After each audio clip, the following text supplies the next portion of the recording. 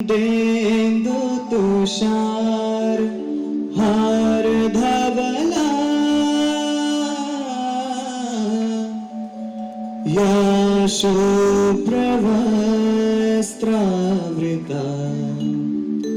या ब्रह्माच्युत शंकर प्रभृतिभिर्देवैः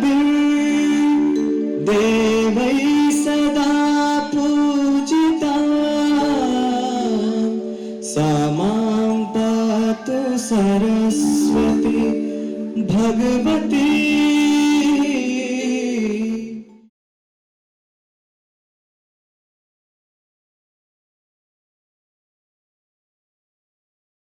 मंच पर आसीन उत्तर प्रदेश के पूर्व उप मुख्यमंत्री परमादरणीय डॉक्टर दिनेश शर्मा जी,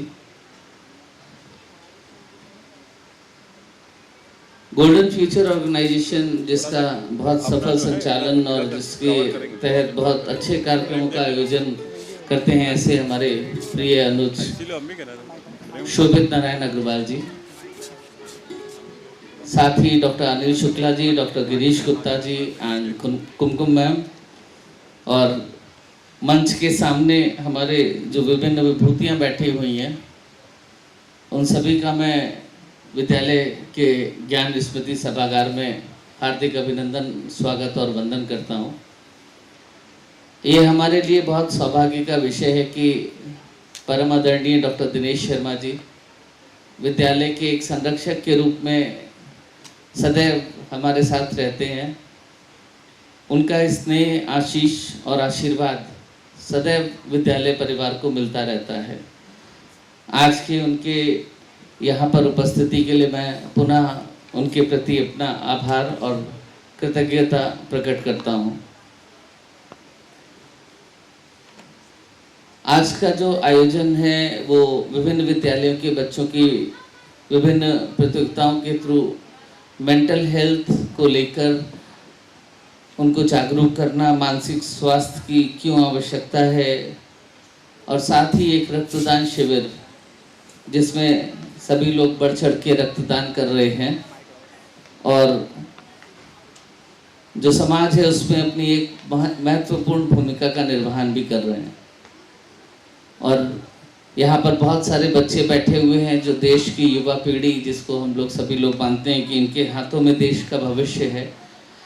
हम सभी लोग सर आपके उद्गारों को सुनने के लिए आतुर हैं और विनम्र आग्रह के साथ मैं आपसे अनुरोध करूंगा कि हम सभी को अपना स्नेह, आशीष और आपके उद्बोधन से हम सब लोग अनुग्रहित हों, ऐसी अपेक्षा के साथ परम आदरणीय डॉक्टर दिनेश शर्मा जी।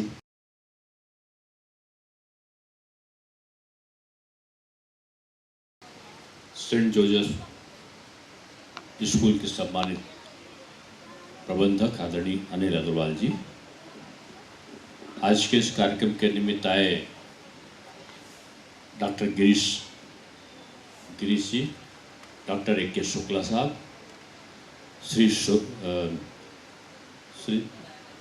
शोभित नारायण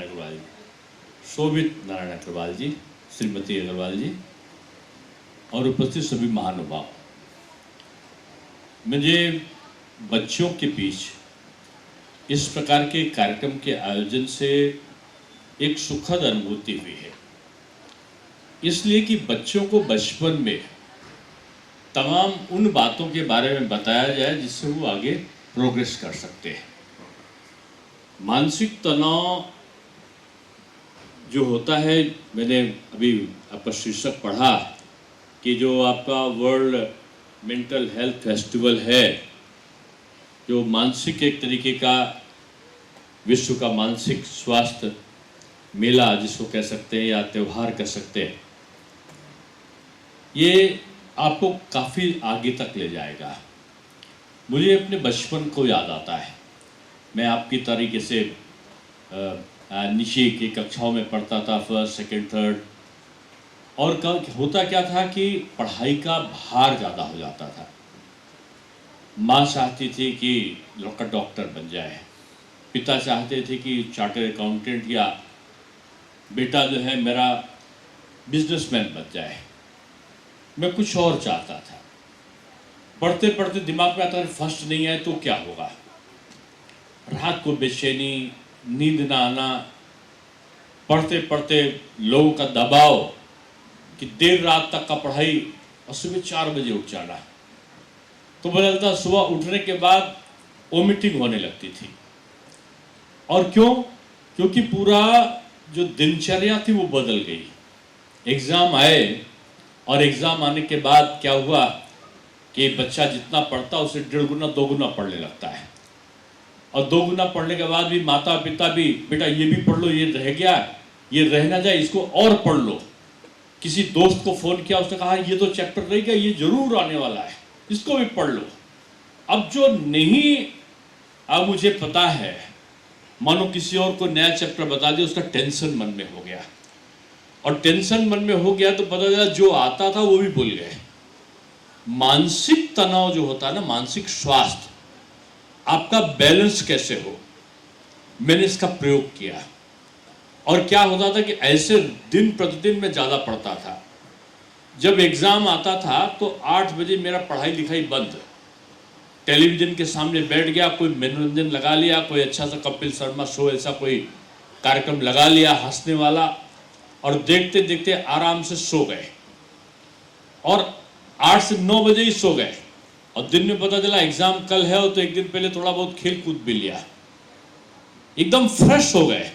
और फ्रेश होने के बाद सुबह बजाय 4 बजे उठने के 5 बजे 5:30 बजे उठे, आराम से कुछ बुलेट पॉइंट्स बना लिए, उनको देखा और देख के जाके एग्ज़ाम दिया। बड़ा अच्छा हुआ और अच्छे नंबर आए। मुझसे लोगों ने कहा कि साहब तुमने किया क्या, कौन सी दवा खाई, क्या इनो पिया था, आपको वोमिटिंग हो रहा था क्या, आपने पुदीना हरा पिया था क्या, आपको क्या दही माछी दिया गया था, जब निकले तो माता जी ने दही से टीका किया था क्या। हमने कहा कुछ नहीं हुआ था। केवल अपने दिमाग को स्वस्थ रखना। मानसिक स्वास्थ्य क्या है? चिंता को छोड़ के एकदम अच्छे वातावरण में अपने को कैसे अभ्यस्त करो। किसी काम की सफलता के लिए आप खेल कूद में अच्छे हो तो भी फ्री माइंड होना चाहिए, आप पढ़ाई में अच्छे हो तो फ्री माइंड होना चाहिए। मानसिक तनाव में बड़ी बड़ी दुर्घटनाएं घट जाती हैं। मैं अपने आप को मैं तमाम प्रयोग किया करता हूँ। और मैं अपना देख रहा था, अभी मुझसे कुछ लोग मिले, बोले आप तो आपका स्वास्थ्य बहुत अच्छा लग रहा है। मैंने क्यों, खराब कब लगा?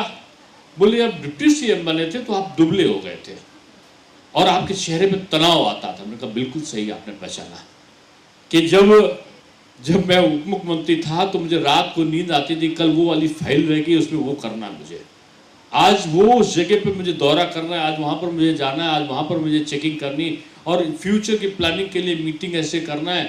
करते करते रात हो जाती, तो रात होते होते सपने में भी वही नजर आता था। और क्या है, आपकी नींद ना आना, आपको किसी चीज की चिंता बार बार मस्तिष्क में आना, ये जो आपके पहले से आप जो सोचते हो और पहले से जो आपको नॉलेज होती है उसको वो खत्म कर देती है या उसको कम कर देती है। इसलिए मैं कहूँगा कि ये मानसिक स्वास्थ्य का एक अलग चैप्टर, शोभित जी ने बहुत अध्ययन किया है इसमें, मैं समझता हूँ कि इसका एक अध्ययन अलग करने की ज़रूरत है। अभी मुझे डॉक्टर ए के शुक्ला साहब बता रहे थे कि एक IPS हैं तेलंगाना में, उन्होंने अपने को आज गोली मार ली, उनकी डेथ हो गई। पता चला क्या था, उनका तनाव के कारण। अभी मेरे नाम के एक थे DK शर्मा साहब, पुलिस के IPS ऑफिसर थे, रिटायर्ड हो गए। मैं जब पढ़ता था तो मेरी फीस DK शर्मा, दोनों का नाम एक था, और उन्होंने मेरी फीस, मेरा MPA में एडमिशन हुआ, DPA में, तो मेरी फीस उन्होंने जमा कर दी। मेरा नाम था उसमें, उनका नाम नहीं था, तो मेरी फीस, मैं जब फीस जमा करने का, लोग बोले कि किसी ने जमा कर दिया। बाद में पता लगा कि वो IPS ऑफिसर थे और वो एडमिशन लेना चाह रहे थे। उन्होंने अभी कुछ दिनों पहले आपने देखा होगा कि उन्होंने अपने को गोली मार ली। क्यों? तनाव। मैं इतना बड़ा बलशाली था, इतना खूब दौड़ता था, अब नहीं दौड़ पा रहा हूँ, मैं अब वो काम नहीं कर पा रहा हूँ। यानी मन में जो विचार आते हैं उनको कंट्रोल कैसे करो, और कंट्रोल करने के लिए आपकी आत्मशक्ति, खुद का आपका सेल्फ कॉन्फिडेंस, ये सबसे बड़ी बात होती है। और मैं देखता हूँ कि बड़े बड़े जो योगी हैं, जो महात्मा हैं, वो ध्यान क्यों लगाते हैं? वो ध्यान इसीलिए लगाते हैं कि उनके मन के अंदर जितने विकार आए हैं वो सारे दूर हो जाएं, और उसके बाद वो जो सोचना चाहते हैं वही वो ग्रहण करें। इसलिए कभी कभी लोग बोलते थे कि सुनो सबकी, करो अपने मन की। आप सबकी सुनोगे तो सबकी तरह नहीं कर पाओगे। आप सबकी सुनो, लेकिन उसका डिसीजन, आप जो डिसीजन मेकिंग कैपेसिटी है आपकी, वो आप में अपने को जनरेट करना पड़ेगा। उसके लिए आपको एंथुजियाज्म, आपको उत्साह, नॉट टू बी डिस्करेज, हतोत्साहित ना होना, और इनके साथ कोई डिसीजन एंड एक्शन, आपको तुरंत सोचना और तुरंत उसका निर्णय लेने की क्षमता आप में होनी चाहिए। तो मैं यही कह सकता हूँ कि इस प्रकार के जो शिविर हैं, इस प्रकार के बच्चों के बीच में जो तमाम प्रकार के टिप्स हैं, उनको देने की आज ज़रूरत है। मैं बच्चों से हमेशा कहता हूँ कि आप जो पढ़ रहे हो एट प्रेजेंट, आप उसको ठीक से देखो, और भविष्य की चिंता ये ना करो कि मेरा जो पड़ोसी है वो मेरा कंपटीटर है। नहीं, जरा सा कम नंबर आ गए तो कई बच्चे तो जोर जोर से रोने लगते हैं, पता लगा कि वो आगे जो और अच्छा कर सकते हैं वो भी भूल जाते हैं। कम नंबर आने से आपकी जो भविष्य है वो खराब होने वाला नहीं है। जो मैं कभी पढ़ रहा था एक जगह कि रेखा गणित हम लोग पढ़ते थे, उसमें था पाइथागोरस की प्रमेय हुआ करती थी।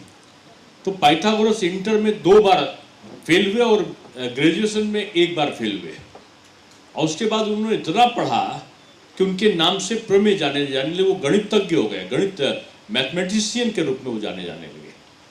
तो आपको प्रयत्न करना है, और प्रयत्न करने के लिए आपको चिंतित होने का जो स्वभाव है वो बदलना पड़ेगा।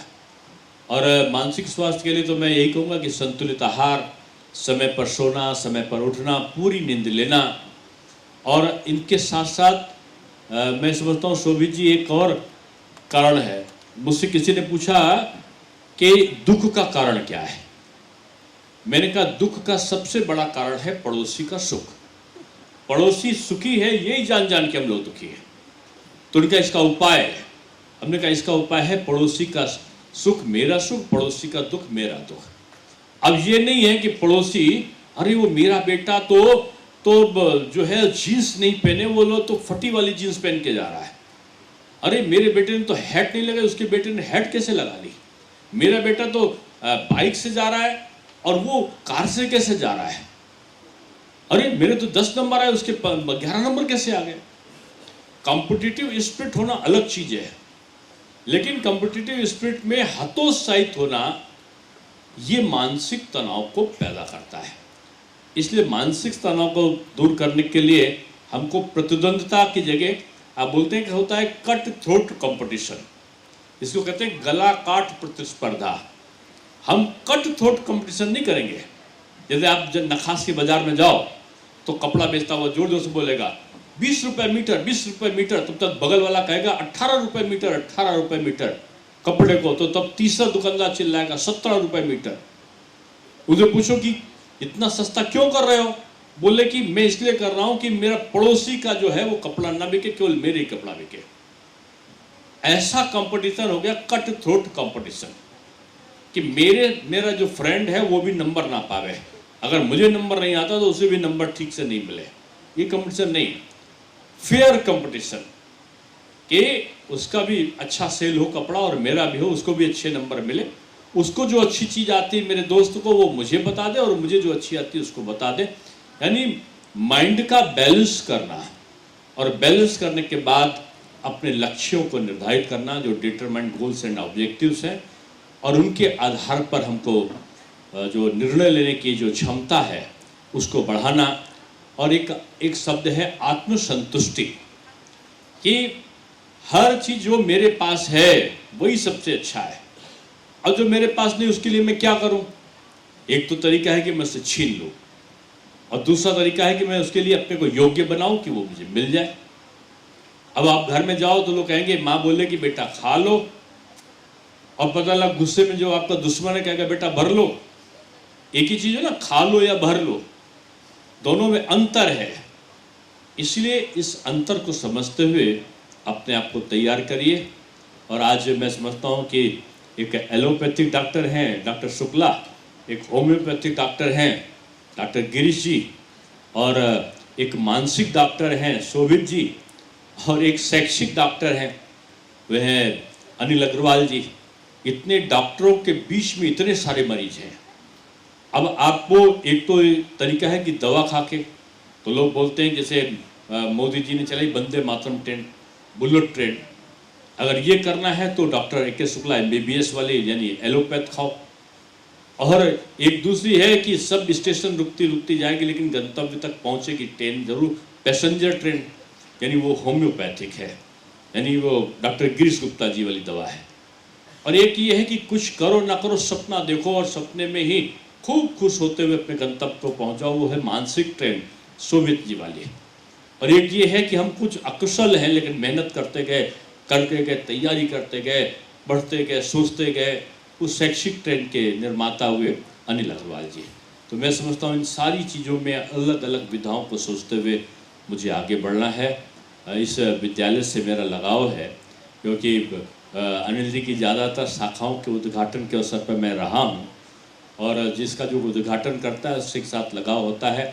बच्चे यहाँ के बहुत अच्छे निकले, और बच्चों को मैं यही कहूँगा कि आपकी तरह पढ़ता था ना तो मैं सपने देखता था कि मैं डॉक्टर बनूंगा, इंजीनियर बनूंगा, प्रोफेसर बनूंगा। मैं प्रोफेसर बना क्योंकि मैं उस सपने के पीछे पीछे भागता रहा। आपसे भी कहूँगा आप बड़े बनने का सपना देखो अभी से, और उस सपने के पीछे भागो कि उस सपने को हम कैसे पूरा कर सकते हैं। ऐसा जो देखता है वही सफल होता है।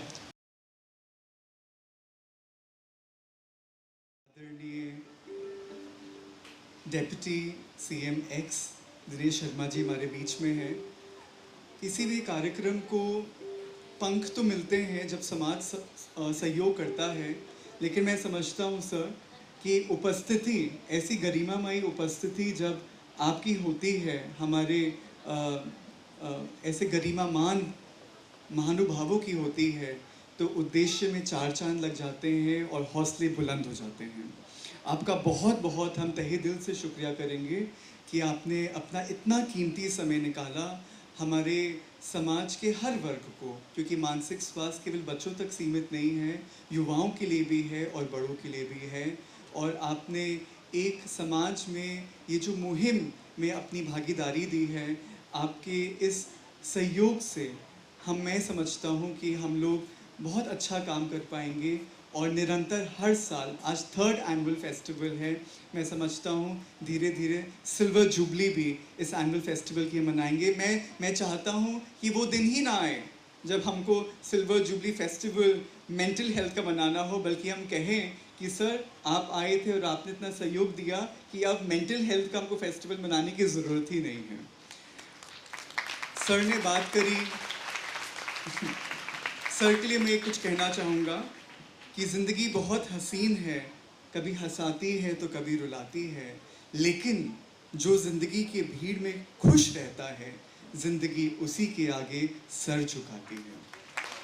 हमारे दिनेश शर्मा जी सर के साथ ज़िंदगी में बहुत कठिनाइयाँ आती हैं। हम लोग स्कूल लेवल पे, अपने बिजनेस लेवल पे, अपने रोज़मर्रा की ज़िंदगी में अपने लेवल पे चीज़ें करते हैं, but the amount of pressure and the amount of work that sir handles, उसके साथ भी आप इतने खुशनुमा रहते हैं। That is an example.